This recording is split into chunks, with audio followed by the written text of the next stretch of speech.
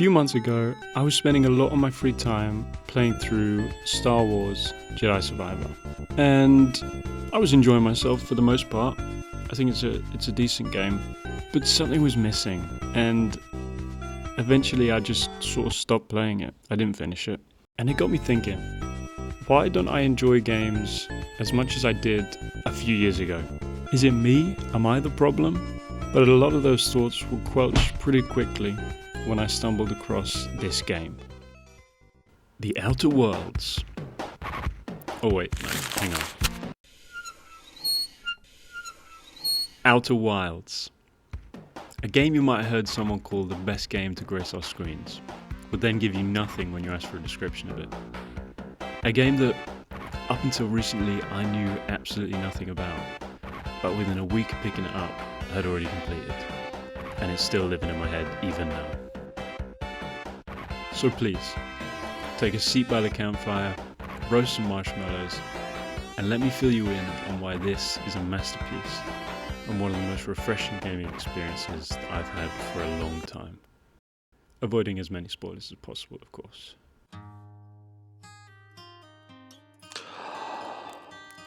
What you just saw was the starting screen for Outer Wilds. You're going to want to get used to it.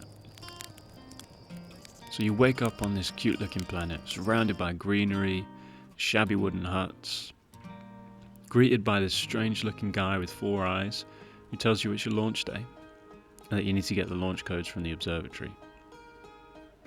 And that's about the last thing that the game explicitly tells you to do. Because once you have those codes, the whole map, the whole universe, whatever you want to call it, is free to explore. And technically, you could complete the game in the first 10 minutes, although completing probably wouldn't be the best way to describe it. And I say that because the whole ethos of this game is exploration. You're given this range of celestial bodies to explore and a handy little ship to explore them with. As long as you don't trust the autopilot too heavily. Oh no! Resources such as fuel and oxygen keep you in check and limit your time in certain areas. Go near, go far, do whatever you like, wherever you like, whenever you want to do it. It's really up to you. Oh, and by the way, the sun's exploding. And that's when you realize that there's a little bit more to this game than you first thought. As I mentioned, this game is all about exploration, and every detail of it really is shaped around that. From the rough around the edges art style, your kit with the scout and signal receiver devices, this incredible soundtrack that ranges from a very homely, folky style centered around instruments that would be commonly found on travelers, banjo, harmonica, drums, flutes, and even just whistling. And all of these can be found whilst you yourself traverse the different worlds. But at the same time, also shifts to this synth-based piano, space futuristic style. And it's so good at setting the tone for the game. I fell in love so quickly with the atmosphere that this game painted. Whilst you are a lone traveller in space, knowing that your friends are out there and having the ability to interact with them really gave me this sense of community. But at the same time, all of that can be wiped away swiftly, and then it's just you alone on a large rock in an empty vacuum. And I think this one clip that I got really illustrates that quite well.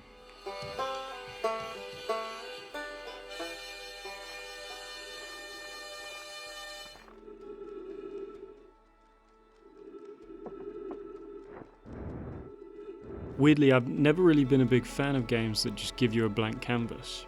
You know, I've always liked a bit of hand-holding. Go and do this, go and get that. And I'll admit it, because I feel like this is a safe space. I never finished Breath of the Wild. I know, I'm sorry. Also, while we're here, I've never really been that big on any From Software titles either. I know. Until recently, to be fair, I did discover how good of a game Elden Ring is. But still, with Outer Wilds, I was hooked from the word go. It just wasn't the same. Tasked with discovering what became of an alien race that inhabited the same star system as you however long ago, and the plan that they had for the universe, every little detail, whether it be text on a wall, audio recordings, an image or strange device, has me fascinated and hungry for more. We as humans are taught from a very young age to be curious and pursue knowledge, and this game leans into that so heavily, and particularly for a space buff like me, having the ability to interact with orbits, black holes, white holes, even just space itself is super fun. And I can't remember the last time a game had me pause it out of sheer excitement at discovering something new and big. I think that really it's down to the way in which the game rewards you. There's no gold star to collect at the end of the level. There aren't any big bosses to fight. There aren't even any real objectives. Any satisfaction that you gain is from a result of your own knowledge, or blind luck. But to me, whenever I did make one of those huge discoveries, that dopamine hit was bigger than at least 4 TikTok scrolls. As far as the catalogue of games that I've played is concerned, and yeah, it's not very large, this one really sticks out as an individual. its approach to narrative, story, mechanics and world building really impressed me. I was thinking about this game almost the whole time I wasn't playing it. Eating breakfast, I'm thinking about it. In the shower, I'm thinking about it. Sleeping, I'm probably thinking about it. I can't remember. And that's because it's what you can come up with in your own head that will allow you to progress. And the mystery of it all is so captivating that it keeps you hooked, right up until it doesn't, because it's over. Like I said, I finished this game pretty soon after I started it, purely down to the fact that I became fully engrossed in the exploration, the highs of discovery. And you'll hear a lot of people say this, but one of the worst things, but also probably one of the best things about this game, is that you can only really play it once. Sure, you can load up another save, but deep down, you're gonna already know what to do and where to go. What I could do with is one of those Men in Black guys to come by with their memory wipe thing. Hello guys, and welcome to episode 1 of my playthrough of The Outer Worlds. This seems like a super cool new game that I'm so excited to get my hands on. All jokes aside, I'm really glad I found this game. A game that, with such little tools, can create such an immense sense of tension, anticipation, excitement. You know, there's no dialogue, there's no narration, direction or character building. It's just you and your ship. Yet still, for long periods at a time, it had been glued to my screen in silence. It gives me hope that there are still games out there that can give you this feeling that was so easy to obtain when we were younger.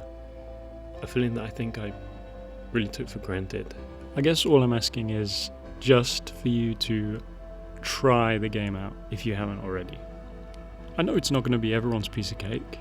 You know, I myself, I'm not the biggest fan of pizza, but everyone else seems to love that shit. But all I'm saying is give it a go. And if it is your bag, then you will love it, I promise. And that's about it. Thank you for listening.